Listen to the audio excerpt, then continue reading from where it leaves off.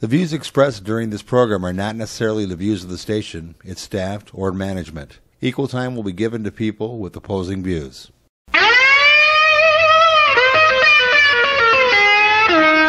Well, you dadgum government, you sorry so-and-sos. You got your damn hands in every pocket of my clothes. Well, you That dadgum government. Hey, good morning, Muskegon. This is Ian Muskegon, and I'm Jim Riley, your host for this friendly little community conversation about politics, Michigan, politics, West Michigan, politics, Muskegon County, even national, and even occasional international politics and what's going on in the world today. And I'm here in Muskegon's Clear Channel studios with the legendary and healthier, with the new ticker parts, Oscar Osbo. Ticker parts, yeah. You've got the new parts. Parts is parts. From the wizard.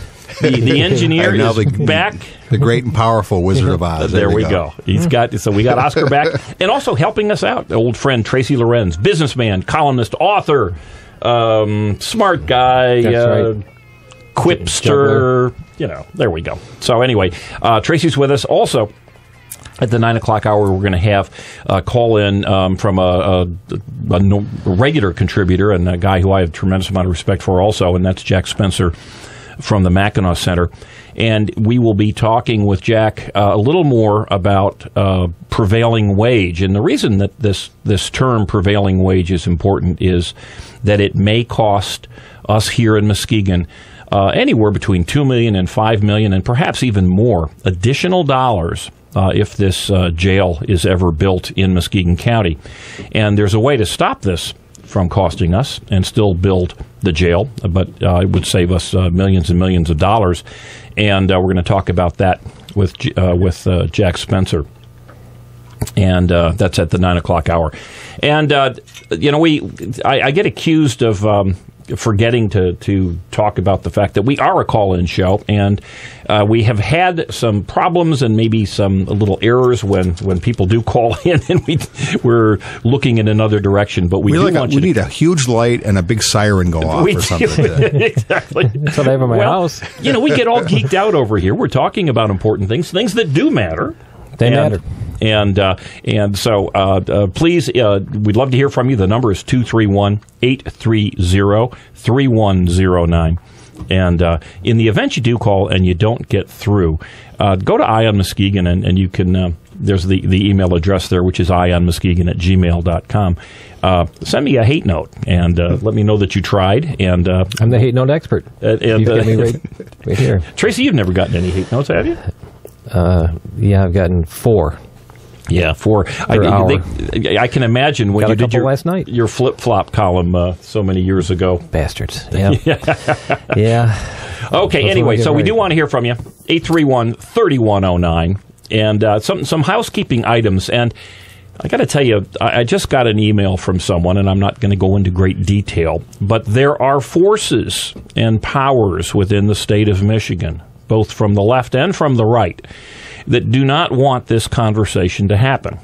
And that is not so much our conversation here. I can assure you, there's plenty of people in Muskegon County who probably don't want this conversation to happen. But tomorrow night, the newly reinvigorated Muskegon County Republican Party will be having their regular monthly meeting. It will be at 6 o'clock at Muskegon Community College. It's room 1202, and that's in the way I would view it. It's in the back building. Tracy, do you know if that's got a term for it? The back building, I believe. Okay, it's the one where the floors aren't numbered upside down. Yeah, the floors are. Yeah, it's a very confusing. But anyway, it's room 1202, and but they're going to be having, in addition to their regular meeting. And by the way, this is an open forum. It's an open meeting for anyone in the county. But another expert, actually, this is the Director of Labor Policy from the Mackinac Center, will be coming in, a gentleman named Vincent Vernuccio. I believe I'm pronouncing that correctly. And he will be also talking about prevailing wage. And as I said, we'll get into that in about a half hour. But surprisingly to me, the Muskegon County Republican Party is getting heat for having an open discussion on a policy that is purely one of choice in Muskegon County. And we're getting complaints and pressure from Republicans state-level Republicans, we don't want to have this conversation because it might be embarrassing to us. And never stopped me.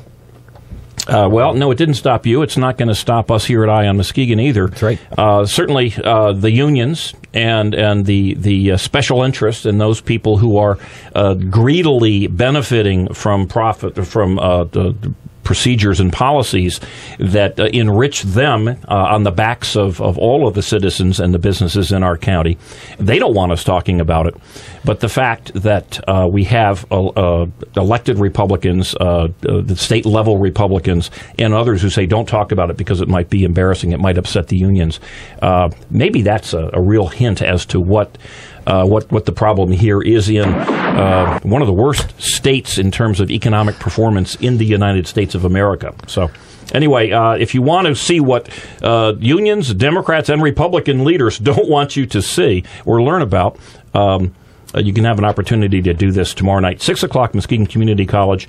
Everyone is invited. We've got a whole bunch of new, very energetic, enthusiastic people in the Muskegon County Republican Party, and they sent me this piece to let you know about it. So, will there be donuts? You know, the Republican Party in Muskegon County is kind of broke. unlike the Democrat Party, which is heavily supported by union members because of the laws that require people to be in unions. I saw the list of what they're going to have at the second inauguration party, which doesn't really seem necessary. I mean, I can see the first one. The second one is kind of a redundant. Just more stars. More stars, more champagne. Exactly. Yeah. Well, that doesn't happen here in the Muskegon County Republican Party because we do not have a way to forcefully extract money from folks.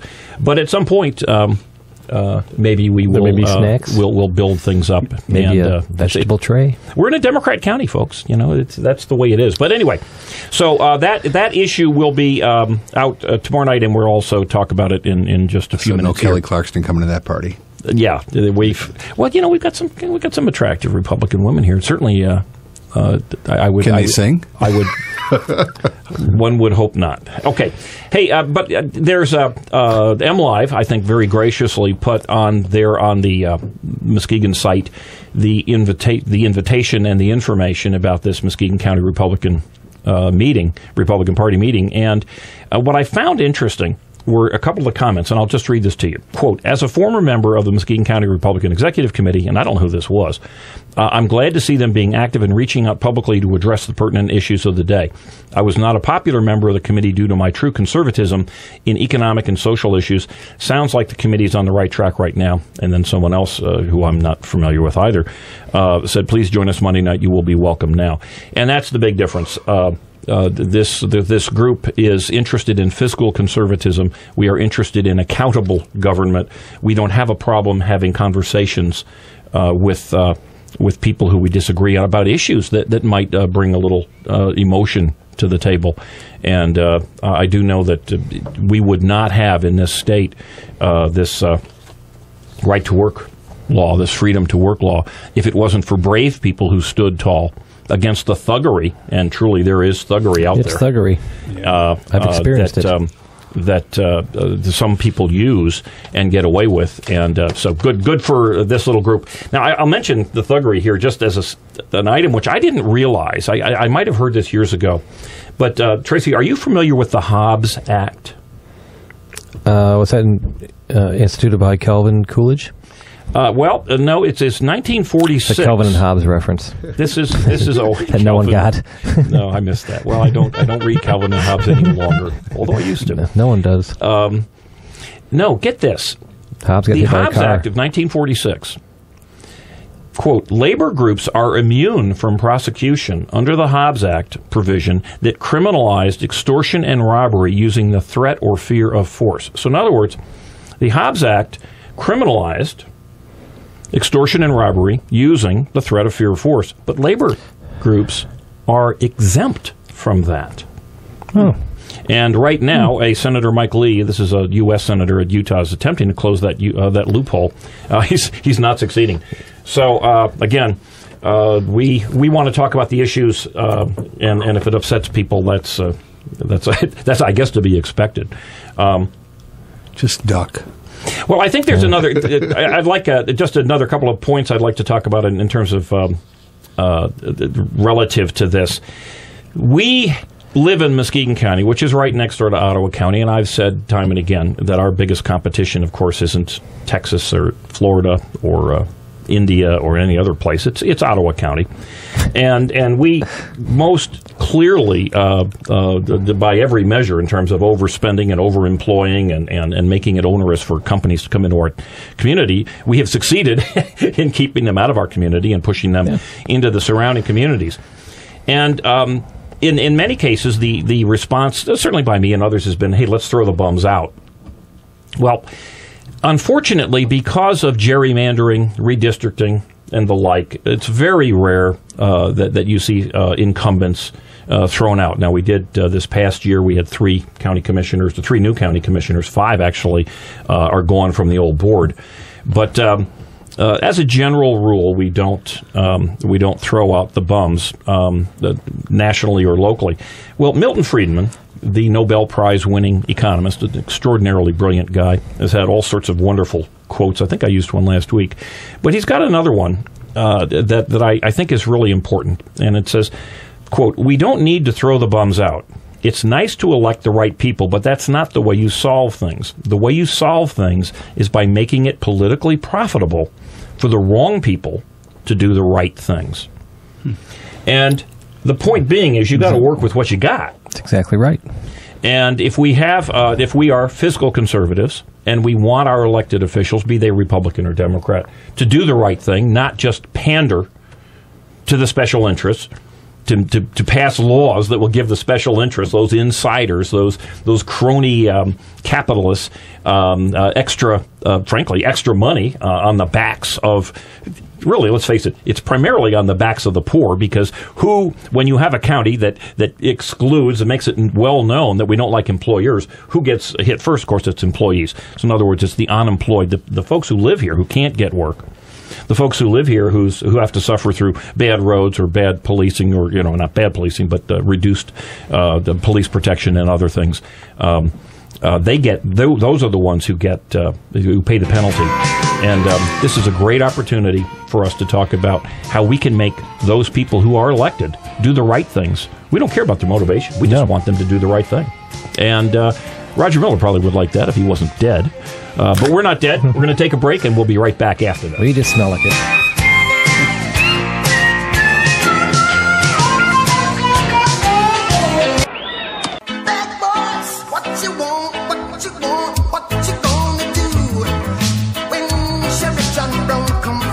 Call Bad Boys Bail Bonds. Open 24/7, 365 days a year. Agents statewide and nationwide. We do 10% bonds for less. Call toll free 866-728-6400. And remember, if we can't get you out, you ain't getting out. Payment plans available. Call now, 866-728-6400. Classic Computer Sales and Service. They buy, sell, trade, repair, and upgrade. New custom-built computers, 3-year guarantee, excludes laptops. Or your computer tuned up with more memory, hard drive, or maybe a DVD burner installed for $49.95. Need cables, power supply, or get the computer built the way you want it. You can do it at Classic Computer in their new location, 1921 Apple Avenue, Suite B. Call 773-5957. Classic Computer with hometown quality service. Make a run for the border. Taco Bell is waiting to cook for you. Delicious tacos, nachos, chalupas, gorditas, quesadillas, or try their famous grilled stuffed burrito for only $1.99. Make it a combo for only $3.49. Their large variety includes specialties, combos, supreme salads, and kids' meals. Taco Bell, the best fast food north of the border. So walk in or drive up. Visit all of the Taco Bells in West Michigan. Open Sunday through Thursday, 10 a.m. to 11 p.m. Taco Bell's open Fridays and Saturdays from 10 a.m. until 1 a.m. $5,000 reward for information leading to the arrest and conviction of the suspect or suspects responsible for the death of Alvaro Lora. Alvaro was 72 years old, was found by his daughter on April 27th inside his home in Muskegon, brutally stabbed and beaten to death. And still the homicide remains a mystery. Please help Alvaro's family for justice. Anyone with information is urged to contact the Muskegon Heights Police Department at 231-733-8900 or Silent Observer at 72-CRIME.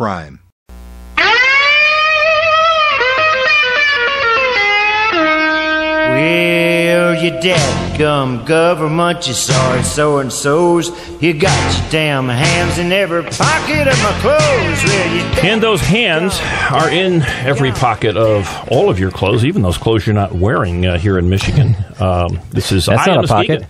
Well, it's funny. I got I was doing my show prep, and the state of Michigan, I don't know if you've started to do your taxes, but a lot of people have. And there have been a lot of differences in the state taxes this year. And I don't want to get into too deep into it. We'll really lose the audience here. But something that shocked me, now the state income tax is reduced from 4.35% to 4.25%. That's good. We want to reduce the size of state government. We want to reduce the taxes to those folks who live here so that we can attract more people to come here. Florida has no state tax. They're booming. We have a state tax. We're not. But one thing I found interesting, most of us have what's called a homestead property tax credit. So in other words, if you are paying if you're living in your home and you're paying property taxes, you've got a tax credit of $1,200, which I think it was actually bigger than that in the past. But anyway, if your home has a taxable value of greater than $135,000, which isn't a tremendously expensive home in most parts of the state, that cap does not apply any longer. So Really? Yeah. Well, it doesn't really affect Muskegon, though, unless you're on the lake. Only the evil rich, only the people that we'd like to move to Ottawa County. But I live in Ottawa County. But I found that, yeah, well, that's my point. And that's my point. But the good news is, finally, for the first time, those people who are on the government dole, those be teachers and government employees, will be paying taxes on their state taxes on their income. And don't you think that's just horribly unfair that for decades, the rest of us had to pay taxes on our income, but teachers, police, state, county, city employees did not. Which is the majority of the working people in Michigan, or a good chunk of it anyway. Yes, and of course they were screaming bloody murder over that, over the fact that they would have to pay their fair share. I guess fair share matters a lot to those as long as it doesn't include themselves.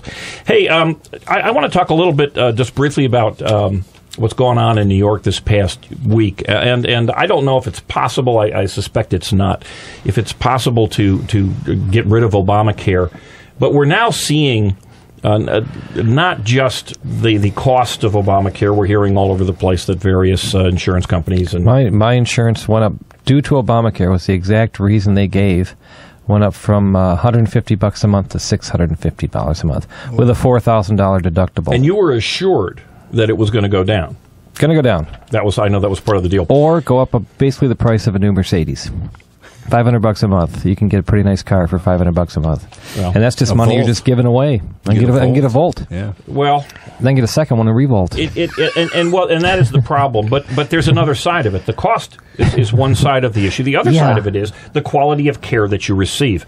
And we know that in New York City, for instance, which is run by Mayor Bloomberg, who is so focused on big gulp drinks, their maximum size of the drinks that you can buy, which is kind of like the gun control. He says you can't buy, I don't know, about 32 ounce, but you could buy 2 16 ounces, or you could buy 10 16 ounces if you're so inclined. Same thing with the gun clip. For some reason, those nannies on the left figure that if you can't buy a gun clip for 12 bullets, then you won't buy 2 for 10 or 10 for 10 bullets. But anyway, the mayor of New York has a weekly radio show that he goes on, and he's talking about his new plan to reduce the amount of painkillers that are given to people who come into the city-run hospitals. Apparently, in New York, they have city-controlled hospitals. Now, listen to this. This is a quote from Mayor Bloomberg of New York City about his new plan to reduce the amount of painkillers offered to people who come in to generally to help reduce pain. Quote, "The city hospitals we control, so we're going to do it, and we're urging all of the hospitals to do it. Voluntary guidelines." Somebody wrote, well, then maybe there won't be enough painkillers for the poor who use the emergency rooms as their primary care doctor, the mayor said on his weekly radio show. Number one, There's no evidence of that, says the mayor, which, of course, there's no evidence because his plan hasn't been put into place yet. Yeah. But Plus, when's the last time that guy was in an emergency room? All you got to do is walk in, and you can see. Exactly. Well, but get this. Number 2, supposing it really is true, so you don't get enough painkillers, so you did have to suffer a little bit. The other side of the coin is people are dying and blah, blah, blah. In other words, who cares? So you don't have enough painkiller. That is the nanny state. That is the mindset of the people who are running our health care now. Remember, this isn't something coming down the pike. Well, it also affects the economy because if you don't get the extra painkillers, you can't sell them outside the hospital to make a little extra money. Well, and you know what? That is one of the arguments that is used, that perhaps that physicians are over-medicating, and that's an entirely different issue. If the physicians are over-medicating, then fix that. But just to do an across-the-board, which is what government does all the time. Do you have any names of those over-medicating physicians? Well, I don't know. I know I've had plenty when I've gone in for my various maladies. Anyway, that's the future, folks. It's not just the future; it's here. This is Britain, the country that we are most like in the rest of the world, with perhaps the exception of our suburb, Canada. The sense of our teeth and our. Here's a headline. 60,000 patients put on death pathway without being told, but the Minister of Health says the controversial end-of-life plan is fantastic. The pathway involves sick being sedated and usually denied nutritional and fluids. Families are kept in the dark as when doctors withdraw life-saving treatments. This is for you, Oscar. If that little extra ticker part you got doesn't work well and you're in Britain, get a quick flight home because and hopefully real quick before Obamacare kicks in, because the death panels, somebody is going to decide who should get the additional painkillers, who should get the additional nutritional fluids, and the like in England. That's government. And by the way, that health care, free. Mm-hmm. So if you're inclined to go for free, there is a great option out there. Here's another report. Unless you get sick. Yeah, right. Death. Well, it's free, though. Come on now. Let's not get careful. Free is the ultimate goal for almost everything for a certain number of people in this country and in the world. Here's an interesting report. This is, I don't know if you've seen this, but Americans die younger, contract more STDs than any other high-income country worldwide. I guess the top... We're number 1. 20. No, we're actually one of the bottom. We're one off the bottom. And... now here's to me the quote though. This is one of the people who's behind this study, I believe. But it says, quote, "Research is important, but we should not wait for more data before taking action because we already know what to do. If we fail to act, the disadvantage will continue to worsen, and our children will face shorter lives and greater rates of illnesses than their peers in other rich nations." Now, let's get back to that. Research is important, but we should not wait for more data before taking action. No. And, of course, taking action is to give this person billions of dollars to spend on whatever their belief is. It's not necessary to get more data. Is that kind of like if we can't tell you what's in it until you sign it? Pretty freaking much, yes, yeah. This is your government, folks. They will do... the thing that really shocks me, and I am shocked almost every time I get on the Internet, is that these people are in massively high-level jobs, and they are compensated to the freaking max. I want to just talk about compensated to the max. I don't know if you've heard about this, but there was a gentleman in Detroit, Michigan, who was making, I don't know, $120,000, $130,000 a year. But that wasn't enough. He had a full-time job. He was involved in sewer or something along those lines. And so he got another job at the same time in Flint. He was making, between the two jobs, he was full-time in Flint employee, full-time Detroit employee, Detroit Water and Sewer Management, $273,000 between the two jobs. He was the only person employed full-time. Yeah, well, no, that's not the case. So here's the headline. Moonlighting security official Barnett Jones will keep his job at the Detroit Water Department after resigning. Quote, "Barnett Jones is doing a fine job for us at the Detroit Water and Sewer District. Jones came with extensive experience and blah, blah, blah, blah, blah." So in other words, after being found of having two full-time jobs, now he did get... fired from, or he did resign, actually. He didn't get fired from the Flint job. But the people in Detroit have no problem with the fact that this guy was pulling down another job, didn't tell anybody. Probably a hero. It says security. He was So he didn't actually work in the sewer like Ralph Cramden. He was a security guy. Wasn't Ralph. No, wait, that was Ralph Cramden was a bus driver. It was Ed Norton. It was Norton. Yeah, Norton was in the sewer. I suspect this guy. By the way, the two jobs. Is that the namesake for Norton Shores? Was just coincidentally? Yes, that's very possible. Heavyweight champion and sewer worker. Maybe we got to change the name of Norton Shores into something else. Gleason Shores. Cliffs or Cramden Shores. Anyway, this gentleman, his two jobs were 70 miles apart, and nobody caught it. This, by the way, I think was caught by a reporter. Nobody caught it at either place. So I promise you, in Detroit, as we're hearing all the time, and in Flint, they're going to tell you, we're out of money. We've cut to the bone. There's no place to cut. We are really doing a great job for you. That's your government at work, folks. We're going to take a break, and we'll come back. We'll talk about the term Republicans and Democrats alike don't want you to know about prevailing wage. Yikes. $5,000 reward for information leading to the arrest and conviction of the suspect or suspects responsible for the death of Alvaro Lora. Alvaro was 72 years old, was found by his daughter on April 27th inside his home in Muskegon, brutally stabbed and beaten to death. And still, the homicide remains a mystery. Please help Alvaro's family for justice. Anyone with information is urged to contact the Muskegon Heights Police Department at 231-733-8900 or Silent Observer at 72-CRIME.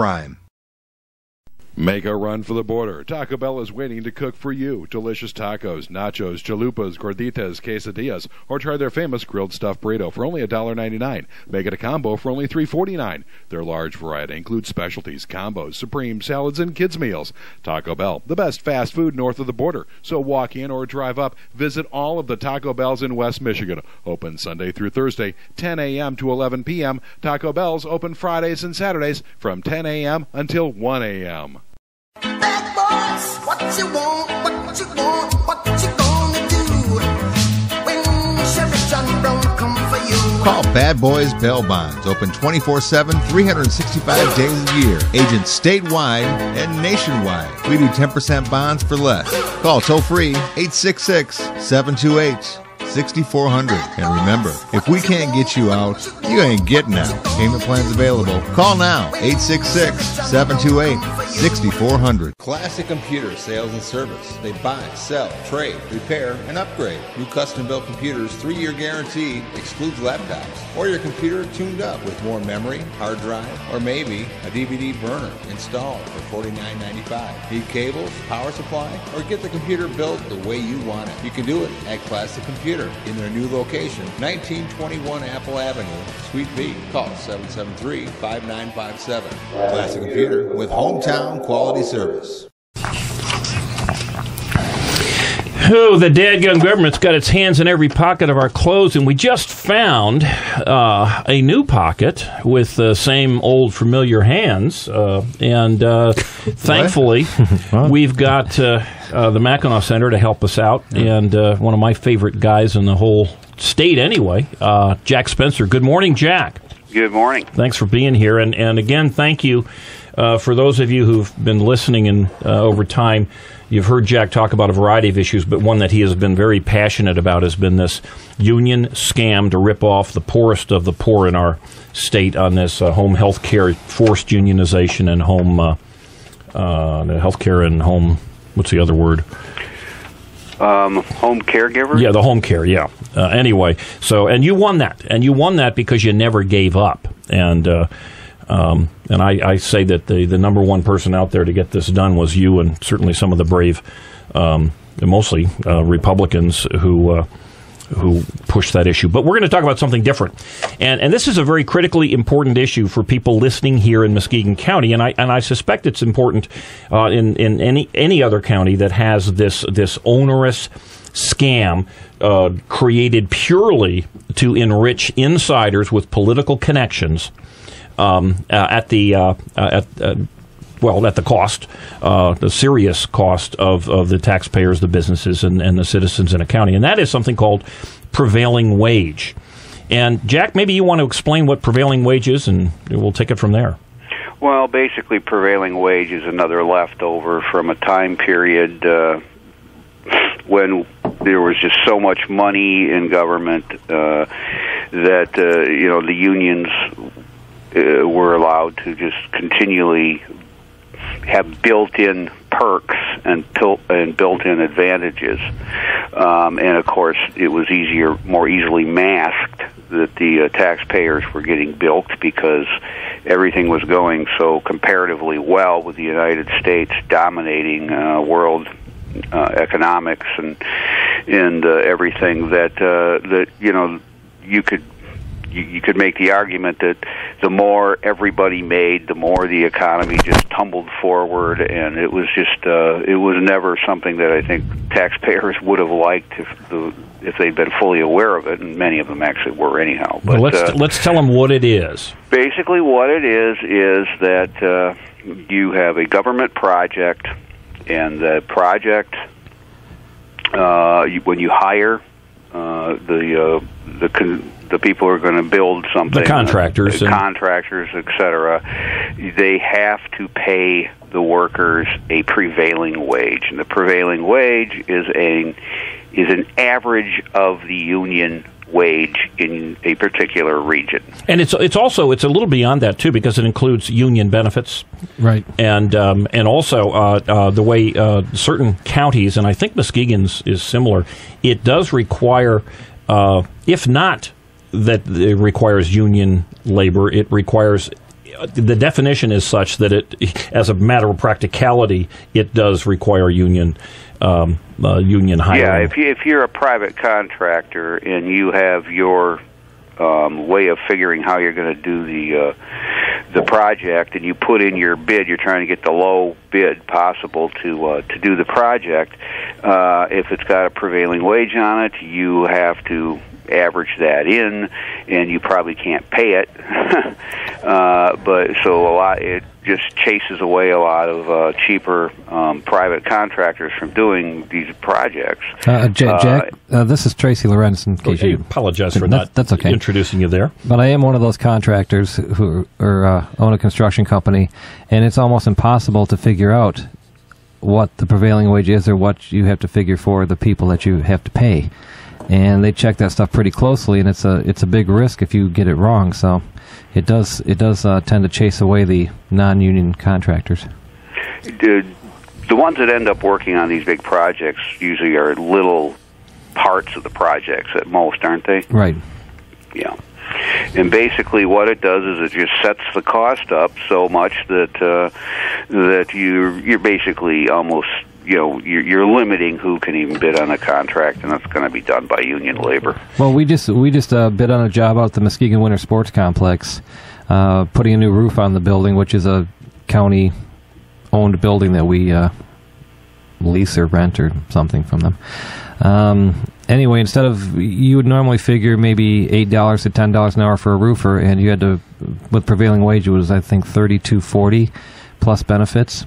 So it's a pretty big chunk that someone's paying somewhere down the line. And let me just add, as a point of clarification, this term prevailing wage, which in its simplest form, I guess, is just requires who's ever going to bid to use union wages, union benefits, and that type of thing.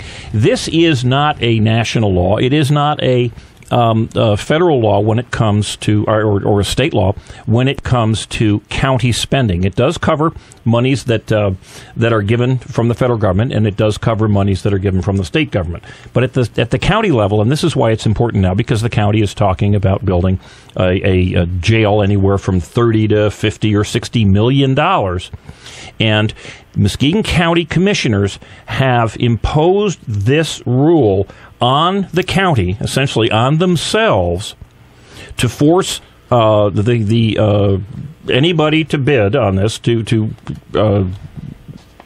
be under prevailing wage. And how does that matter to us here in Muskegon County? Well, if you're going to spend, let's just say, $40 million, and Jack, you wrote an excellent article in the Muskegon Capital, or the Michigan Capital Confidential, where you said that the cost is up 10, maybe up to 20%. Well, and you're trying to make these estimates, and actually, I think the story lowballed it because, first of all, it's a project, as you as you mentioned there's still this wide gap as to how much it's going to cost and so on to try to figure it out. So you tend to lowball how much more it's going to make things cost. A lot of studies have been done, putting it at 10 to 14% increases when they're done with prevailing wage. Mackinac Center's done its own study. There have been other ones nationally, and it's pretty much, that range, 10 to 14 to 15% more. You made a very important point there, Jim, though, that it is the locals who make the decision as to whether they have prevailing wage or not. If the monies aren't coming from the state or the monies aren't coming from the federal government, they have very little choice in those areas when the funding's actually coming from elsewhere. But what's tricky is you call and you ask, okay, how come you're doing this? And there's quite often the answer you'll get back is, well, we have to do what the state prevailing wage is.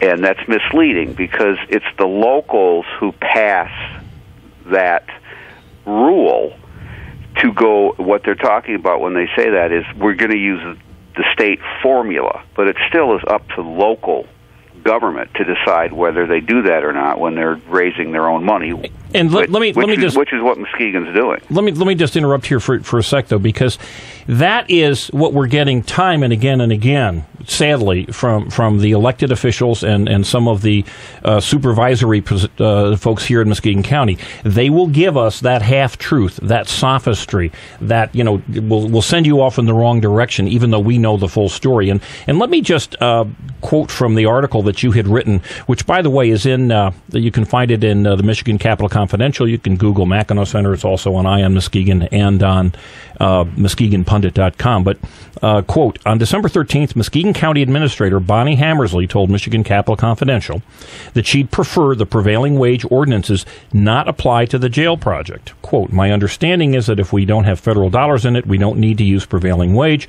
We won't use it unless we have to because it's an administrative burden.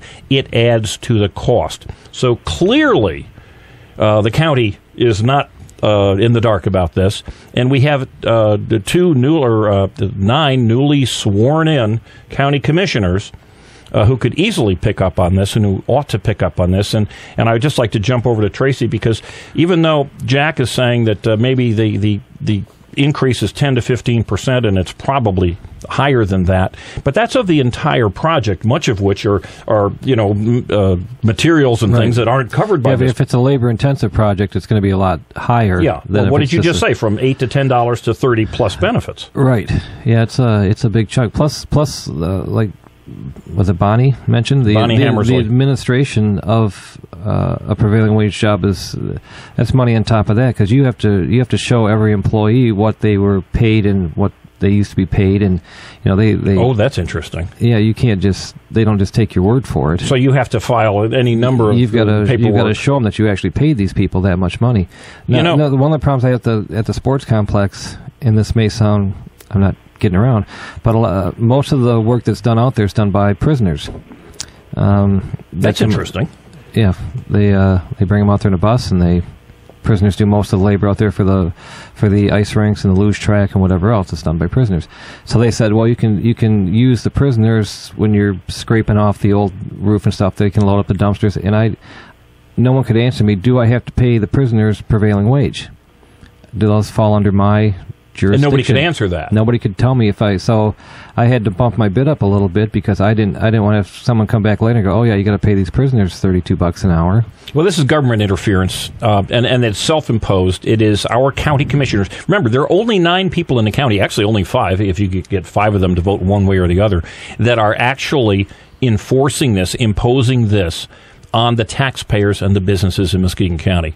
Jack, you had written extensively about this, and we are one of the few counties in the state that actually does this self-imposition of higher expenditures. Is that correct? Yes, one of only a handful out of the 83 states. It's just you can count them on one hand. And I bet you Detroit and or Wayne County and Genesee County are on that same hand. Yeah, it's sort of the usual suspects. Yeah, look at a failed county. Look at a failed prospect. Or a failed concept, and if Muskegon's got it, and we can see who else is utilizing the same ridiculous laws. Well, and it's going the other direction too, Jim. We've been seeing in the last year Bay City getting rid of theirs. We've seen Eaton County get rid of their prevailing wage. So even though there's only a handful in the state, it's still even moving further and further away from it. You know, this to me is just as disgusting as it gets, because at the same time that we're being told that the county is, really cut back, they're to the bone, that the services are cut back, that in fact even though our county tax is double what it is in Ottawa County, even though that our unfunded pension and retirement for the county employees is in the hundreds, over $100 million. They're telling us that money's tight. We've got to do the right thing, and yet they're going to stick with their cronies, with their buddies who've greased their palms in a variety of ways to keep this scam going, so that the taxpayers of the county are going to pay millions and millions of additional dollars. And let me give you an anecdote. A few years ago, the Republican Party volunteers were standing in front of Walmart, and they were ringing the bell for the Salvation Army. And, of course, we all know that unions, and Democrats in particular, have been really going after Walmart because it's a non-union store and how horrible Walmart is. Well, when it comes to spending your own money, it seems that Democrats tend to be a little more, let's say, interested than when it comes to spending other people's money. And as we're ringing the bell, trying to get some money for the Salvation Army, walks up, who didn't catch who we were because we had kind of Santa hats and all, the chairman of the Muskegon County the Board of Commissioners, and a very notable Democrat, Ken Mahoney, who's just reelected. And Ken saw us and took a stop. He took a start. He said, "Oh my gosh, these Republicans are going to see me coming into Walmart." And, of course, he was outed at that point, and he said hi and went in. Well, this is a gentleman that I'm sure, when he's hanging with his Democrat cronies, is more than happy to demonize those folks at Walmart, because his pocket matters, his own money. He's no different than a Republican in that respect, and no different than any other citizen. But when it's somebody else's money, and he can shovel it to the insiders who've created this scam by their own law, and then they'll go out and they'll tell people, "Oh, we had to abide by these policies. We had these policies in place." They could change that next Tuesday if they wanted to. Now, Jack, do you know if with prevailing wage they can be selected by bid category? Like, can you say it has to be union plumbers and union electricians, but they can be non-union general laborers, roofers, drywallers, whatever, painters? I'm not sure how they do that. In Muskegon County, it does not break it down. You can go right on the county, right on Ion Muskegon. We've got a link to the exact verbiage, which was put in about 12 years ago. And they put it in such a manner so it didn't have to be reapproved. So the current Board of Commissioners can say, "Oh, I didn't vote for that." Well, of course they voted for it by not bringing it up. But it does cover everything. And you wouldn't believe, I went through and looked at the paperwork, as you just said, Tracy, the requirements and proof of the benefits and all sorts of stuff. It is an absolute nightmare, unless you're a big insider union shop where that's what everybody does.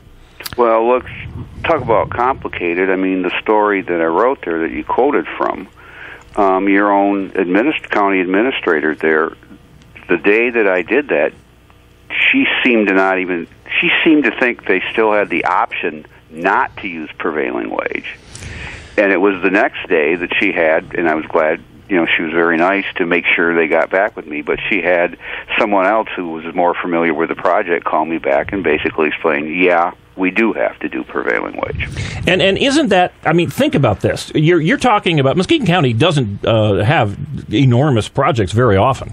This is a very, very important, big issue. One of the things that's in your article that frankly stunned me, and what you just told me sort of stuns me, that the county administrator wouldn't even be aware of it. But the chief financial person, supervisor at the county, who's a gentleman named Heath Kaplan, says, quote, that's when you had asked, apparently, if the ordinance would add $2 million or more to the project, quote, says, that seems somewhat high to me. However, he said he wasn't certain of a better estimate. So in other words, not only were they unaware of it, and they continue probably to not let people know much about it, but they haven't even bothered to sit down and say, okay, look, let's find out what would it cost us to have prevailing wage for a particular project, and what would it cost us not to? At least as a general rule of thumb. It would not be that difficult to do. You just call the separate contractors, and we put together estimates all the time for budgets, and just call a union electrician, call a non-union, call a union whoever in a non-union, and just compare them. Look, let's face it. This is for the insiders. This is for those folks, those cronies who have created. There's all this talk on the left about greed. Let me tell you, folks, this angers the heck out of me. This is pure greed. This is pure insider trading. This is, and we've got leaders who we pay a significant amount of money. Let me tell you, County Administrator Hammersley makes a lot of money for somebody here in Muskegon County, and so does Heath Kaplan, who is the finance director. That they didn't even know this. I mean, seriously, that's stunning. Well, I think it gets back to your point, and so much of all of this that's been coming out of the woodwork in the past, let's say, half a decade in particular, even though it's been around for decades, it's really about other people's money. Yeah. Now, if you were going to do this and it was your money, the first thing you'd check is how much extra it was going to cost. Right. Yeah, you would know to the penny. Yes. Yeah. Well, they your article again. The title of the article is "County Prevailing Wage Law Could Add Millions to Taxpayer Costs." We got a break coming up, and I'd like you to hang on if you could, because you had suggested that maybe there's some good news coming down the pike about this to me, this onerous scam against the good folks of Muskegon County. One that could be fixed in literally 30 seconds with a quick vote. So we'll be back after the break.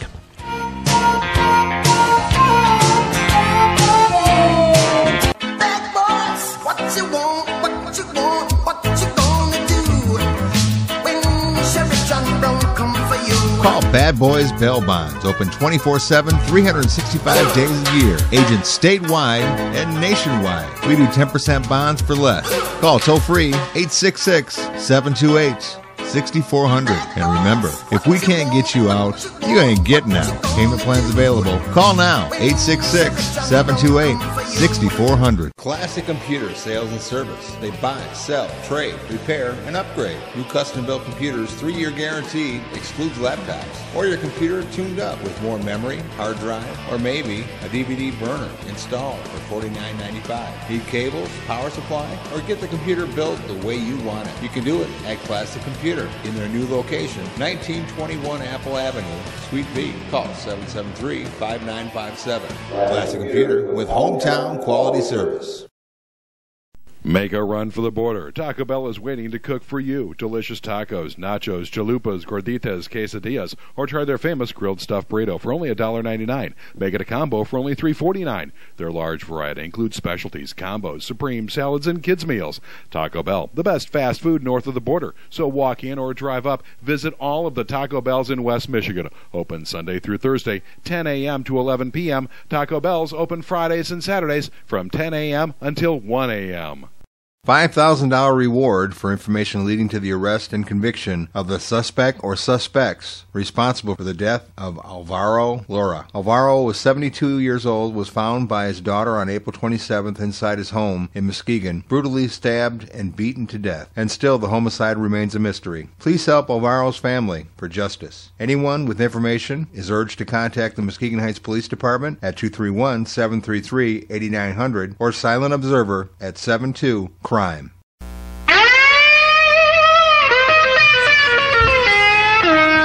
Well, you dadgum government, you sorry so-and-sos.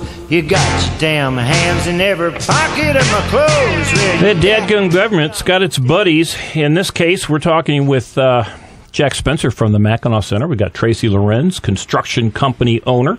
Oscar Oswald back here, and I am your lovable little friendly laid-back host, Jim Riley. Right. And this insider deal where the Democrat Party primarily, but with sadly too many Republicans in our state, and certainly in our county here, just lay back and let the insiders or those, frankly, those people with the loudest voice win these arguments. Is maybe these days are about to change. And I'll, before I get into Jack's, hopefully in the comments that'll make us feel a little bit better, there's another article that was, I believe, in the Michigan Capital Confidential, but it talked about the fact that fewer and fewer prevailing wage laws are being enforced. Matter of fact, they're being kicked out. But in fact, the total cost in the state of Michigan is around $200 million of extra money to the taxpayers of the state of Michigan. So, we got any light at the end of the tunnel, Jack? Well, as far as the state is concerned, the state laws, the ones that you have to do if you're using state money, there was talk last year, serious talk in the legislature about either modifying or getting rid of that. And as a matter of fact, there was a point last summer where it was almost looked like they were going to do it. And then we got into election season, and it got eaten up by a whole bunch of other things, which isn't unusual. So I'm guessing that is a very real possibility for them to attack this year. In other words, they would take the prevailing wage requirement on state-funded projects. Right. Okay. And I would hope that the Republicans, and I know politicians want to get reelected, and I certainly, as someone who's run for office and lost, there's a lot of effort involved and money involved, and certainly you've got to look at your population. But I had somebody mention this to me. They said, well, I'm going to be for this this concept, perhaps because that's what the people in my area, support. Well, I went back and I looked at the vote for the freedom to work issue, and not only did it, well, of course, it was the union proposal, or constitutional amendment that would have forced a union membership, and of course that failed in the state of Michigan, but it also overwhelmingly failed in Muskegon County, and in I just happened to pick one district easily because it was the township, but in Muskegon County, which to the best of my knowledge has very rarely, if ever, elected a Republican. So Muskegon Township is considered to be a very strongly Democrat county. It's got 6 or 7 precincts. That forced unionization constitutional amendment failed in every single precinct. Mm-hmm. So the people, there certainly is very loud support from the union supporters for this insider deal where they get to bump up their pay and benefits on the back of the poor and the back of the employees and the employers of the county. But there really isn't, even in the most Democrat portions of our county, our very Democrat portions, there isn't grassroots support for this type of ripoff. Well, it's very interesting, Jim. I did an article actually on this for another a newspaper I do some editorials for just a few weeks ago. When you get the right messaging, when you can get your message out, it shows where the voters really are on these things. In that article, I pointed out that they seem to be, in general, more aware, or it seems to be easier to get them aware of some local situation where there's a city's in $20 million in deficit, et cetera, when it's close to home, they seem much more likely to get it. Well, and then vote it out. Then when it's $16 trillion at the national level, it becomes abstract. Yeah, I agree with you, and I think that's what you certainly have done with your reporting on this, and hopefully we're going to get the word out. Tracy, you're down in, actually you live in Ottawa County, but you do business in the surrounding counties also, and you're seeing what's happening is that the inside politically well-connected companies are again using this rip-off tactic, and frankly squeezing out those companies that are really trying to do the growing and the hiring in our area. And it's not like you have to get rid of union labor, because the unions can still they kick in money to the contractors to help out the union contractors, which is fine. Say, just to use some round numbers, say a union electrician is going to bid a job at $100,000, but it's not prevailing wage, so they know they don't have much of a chance. The union can go to the contractor and say, well, we'll pick up $20,000 of that.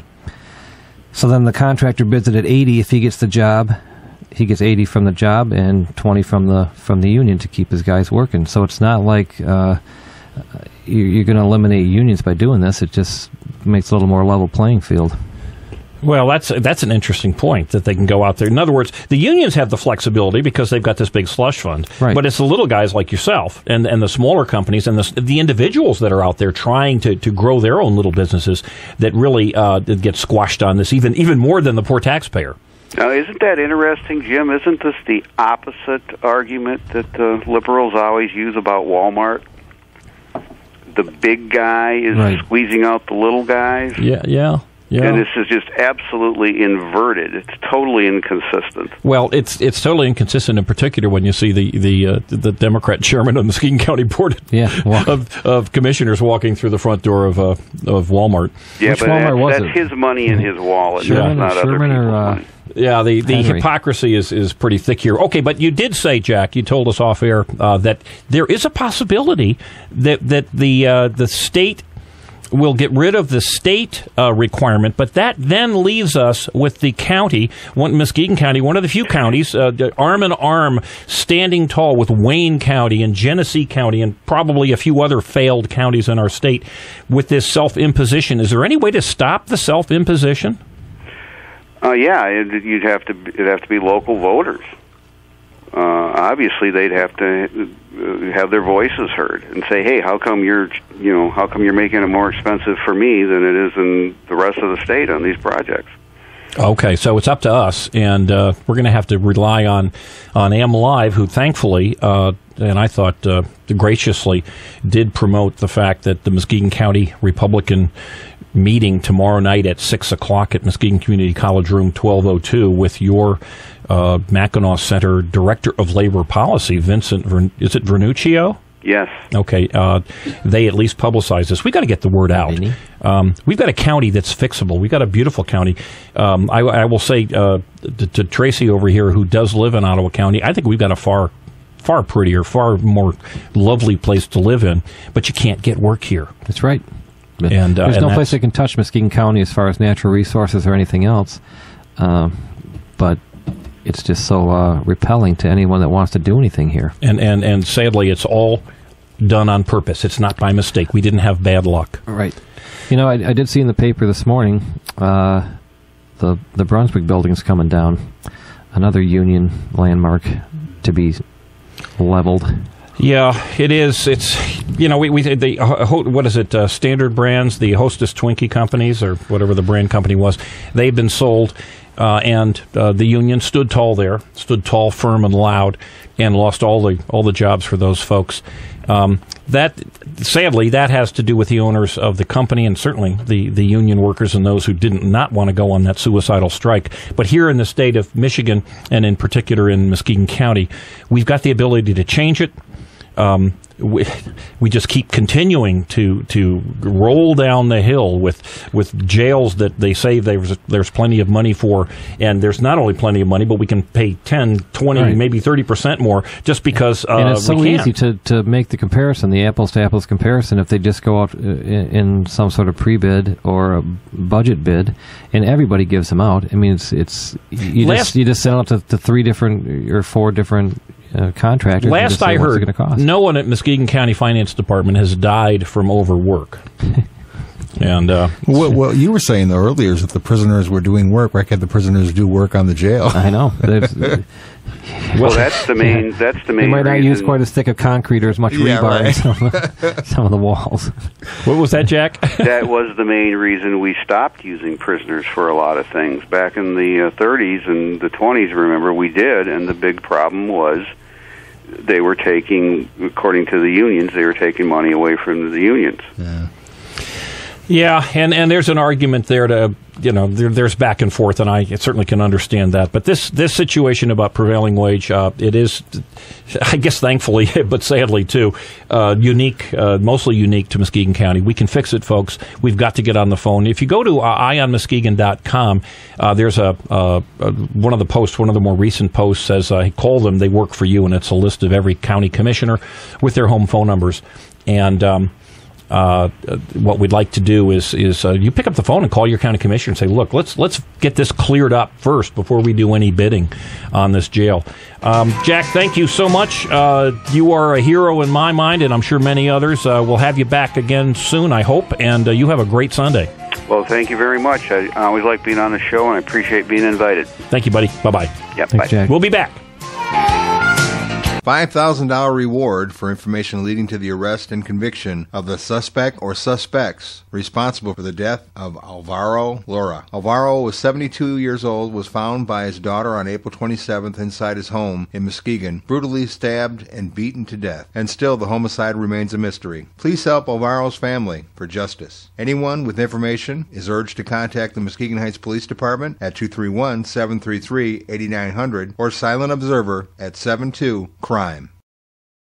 Make a run for the border. Taco Bell is waiting to cook for you. Delicious tacos, nachos, chalupas, gorditas, quesadillas, or try their famous grilled stuffed burrito for only $1.99. Make it a combo for only $3.49. Their large variety includes specialties, combos, supreme salads, and kids' meals. Taco Bell, the best fast food north of the border. So walk in or drive up. Visit all of the Taco Bells in West Michigan. Open Sunday through Thursday, 10 a.m. to 11 p.m. Taco Bell's open Fridays and Saturdays from 10 a.m. until 1 a.m.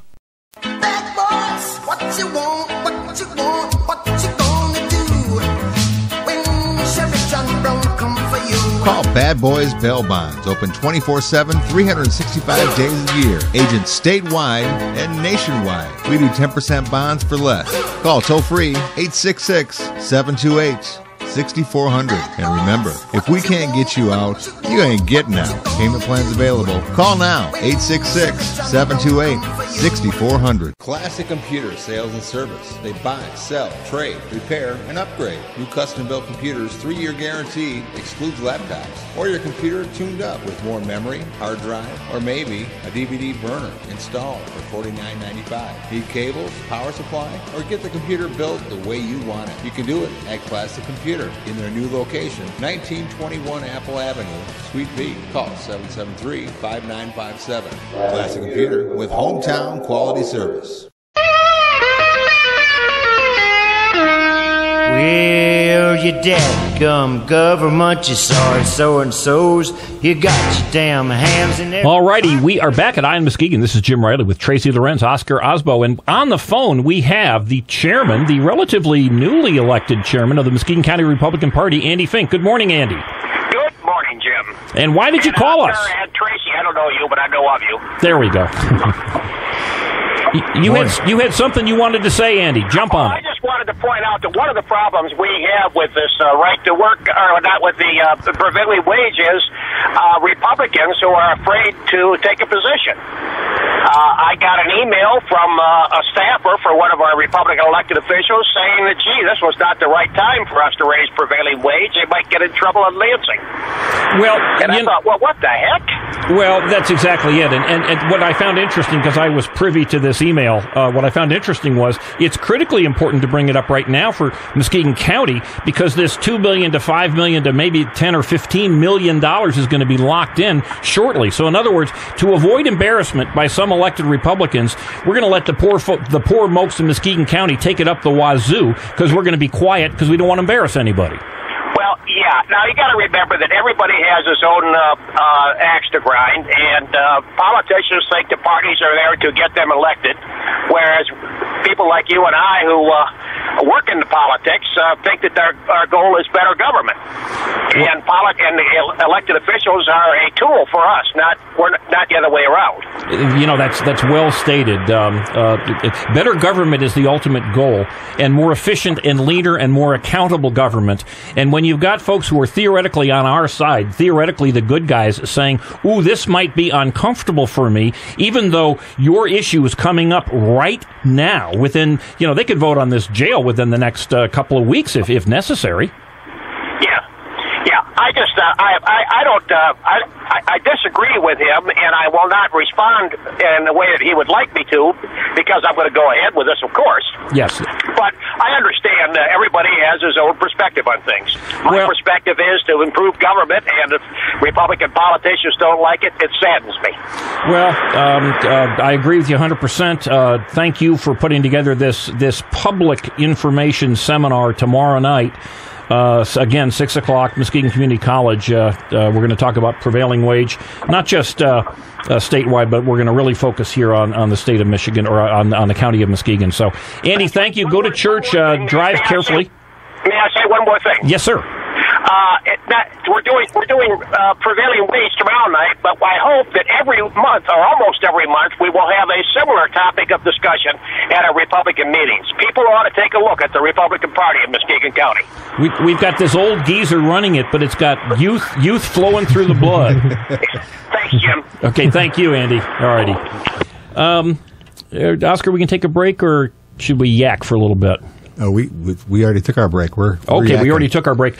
Hey, a couple things. We are trying truly to educate the folks here in Muskegon County, and anybody listening. As I've said before, so many of the things that happen here in Muskegon County are happening in other counties, other cities throughout the country, and so many people have said these bad things that various folks like myself and others caution us about. They can't happen here, but of course we've had our school system, one of the few school systems in the United States of America that's gone bankrupt in the Muskegon Heights school system, and we have.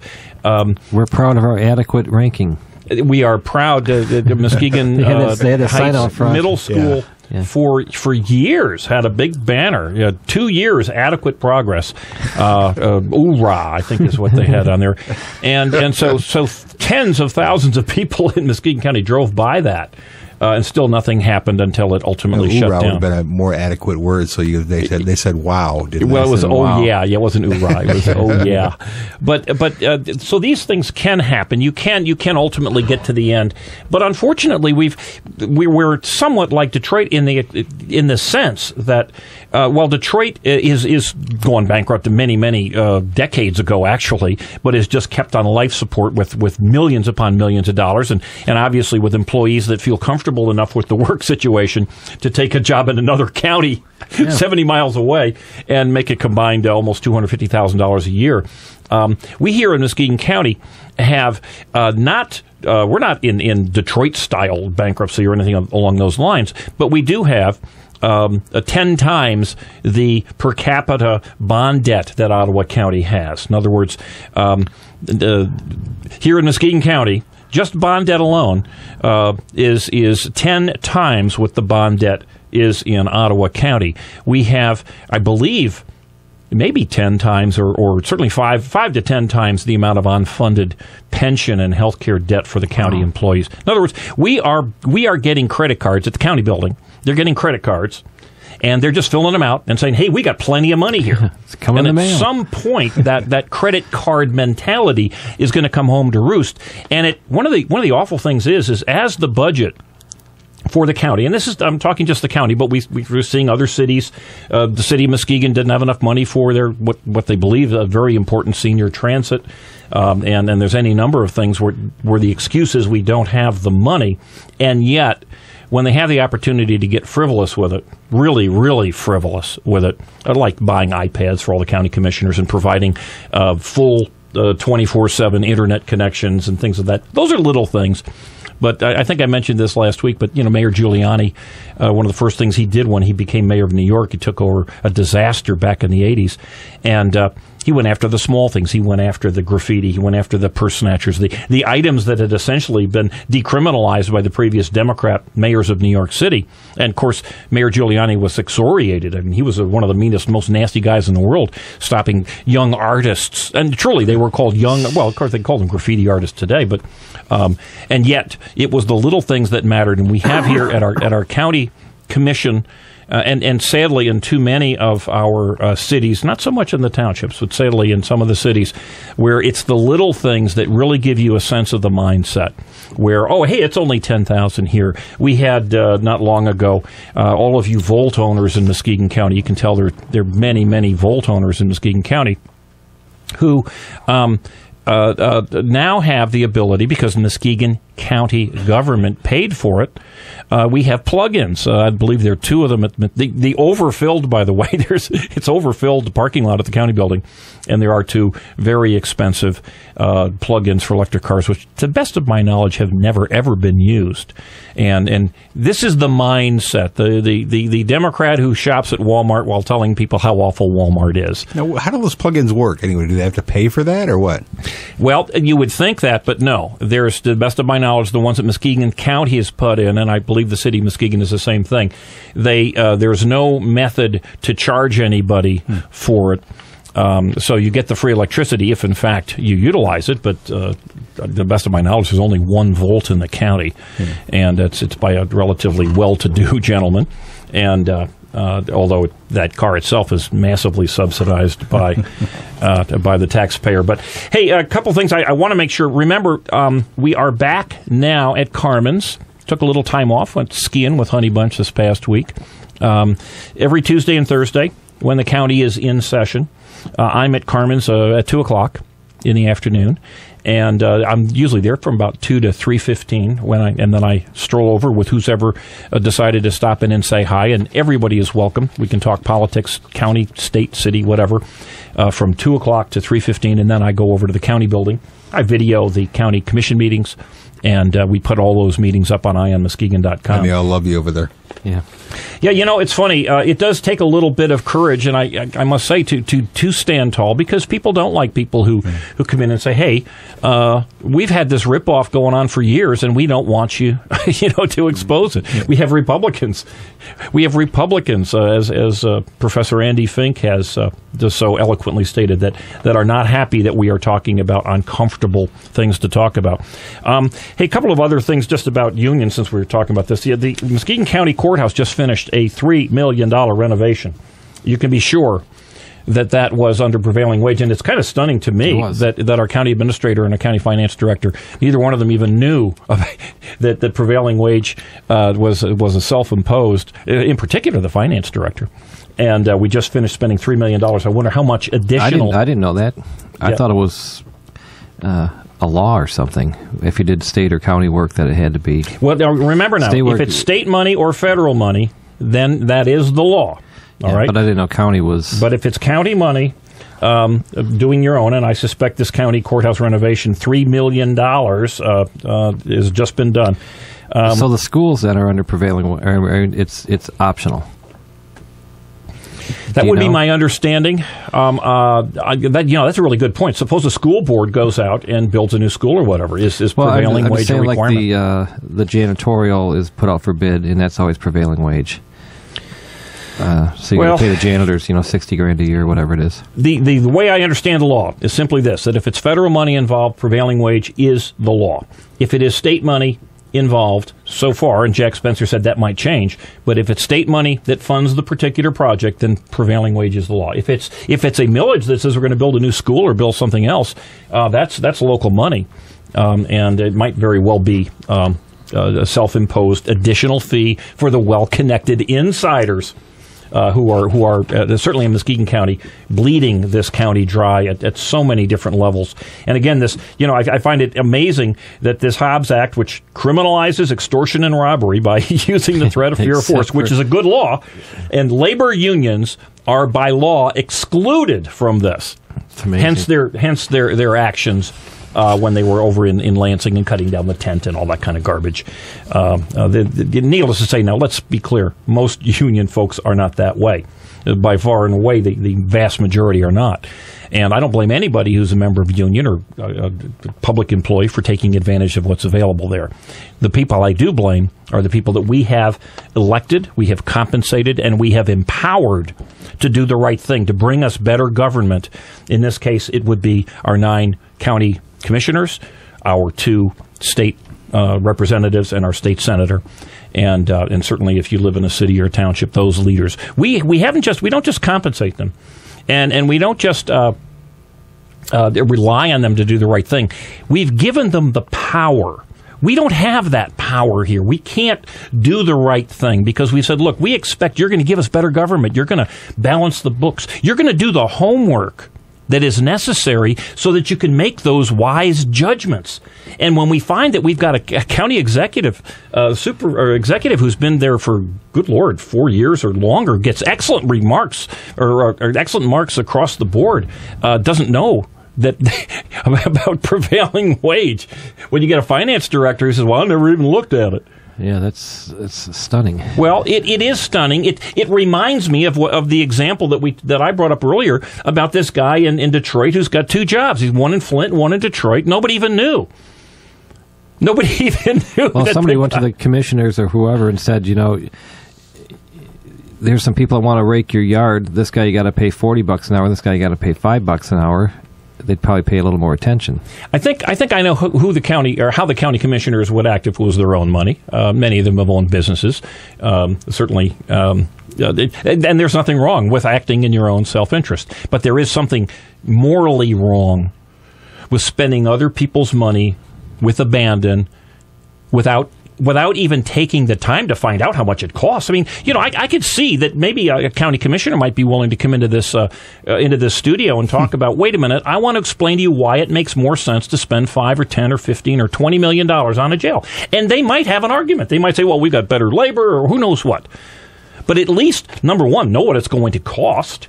And number two, come here with a cogent argument. But in fact, they hide under the ignorance of what's going on in our county. People don't know this. The term prevailing wage is a term that, well, as we just found out, one of our elected representatives is uncomfortable that even Republicans at a Republican county meeting would even have a conversation about. That tells you the fear that elected officials have of not Democrats, of the union folks. And in full view of the fact that when it came to a vote just a few months ago, when the union said, support us, we want to change the Constitution to require unionization, not only did it fail in Michigan overwhelmingly, not only did it fail in Muskegon County overwhelmingly, in arguably the most Democrat county or the most Democrat precinct in our county, Muskegon Township, it failed in every single precinct. So there ought to be some support. There ought to be some spine to coming from our elected leaders. Sadly, there is not. Throw some water on him. He's getting a little hot. Yeah. Well, you know what? I am hot because I love this place, and I'm sick and tired of folks who are grossly, in my view, certainly, if not overcompensated, well compensated, who don't even know the basics. And I'm not talking about just about the county administrator Hammersley and the finance director. I'm talking about our county commissioners. They have a responsibility. We have given them that responsibility and the power. Okay, we're coming to the end of the day, folks. I will relax a little bit, but guess what? From noon to 1 o'clock every Sunday, the Renegade River Show with Mike Hewitt is on. And today I will be guest hosting. Mike's going to be calling in from Las Vegas, where he's at some kind of whack job gun show. You know, all those crazy gun guys. And so I'm going to go home, and I'm going to come back in just a little bit. So listen in at noon today. Hey, don't forget, the full audio of the show is on ionmuskegon.com. I post it Sunday afternoons. You can watch any of the shows at ionmuskegon.com. And that's EYE, right? That's EYE on Muskegon, all one word. Thank you for pushing that. All of my show prep, by the way, is on MuskegonPundit.com, and I post on that blog. I've got over 250,000 hits on that. And MuskegonPundit.com, that's also one word. I'm also on the Talkin' Muskegon show every Monday, Wednesday, Friday from 8 to 9 in the morning with John Van Wyck and Brian Worsham. And Oscar's got us back on prime time. Thank you, Oscar. We got the video, so you can see me waving my arms and getting excoriated. or watching you turn red. Watching me turn red. Every Monday night, 8 to 9:30 on Comcast Channel 397 or TV 38. And I am not Jim McCormick. Jim McCormick, even though if you look at the Comcast... it still says Jim McCormick? It still says Jim McCormick. So people looking for Jim must have thought he poor guy. Not that I look that young, but relative to Jim, who's sadly not with us, he's gone to, Ponce de Leon's place down there in Florida. And let's see, what else we got going here? That's about it. I'm done. I got it all. You got it all? Well, though then I can bring back up what I was trying to bring up earlier. Go for it. Was the like say if the county building has those 2 plugs that they can plug into and free electricity, why can't we have 2 gas pumps over there so we can pull up and fill up a gas in our What about the electric down at Pure Marquette? Yeah. Wouldn't you have to be there for like 8 hours to charge your car anyway? You'd be kind of sunburned by the time you got done. Well, we don't want that to happen. No sunburn in this town. No. Hey, folks, thank you for listening in. Thanks, Tracy. Thanks, Oscar. And thanks to the Mackinac Center. Next week, we'll be back. And we'll put the eye on you, Muskegon.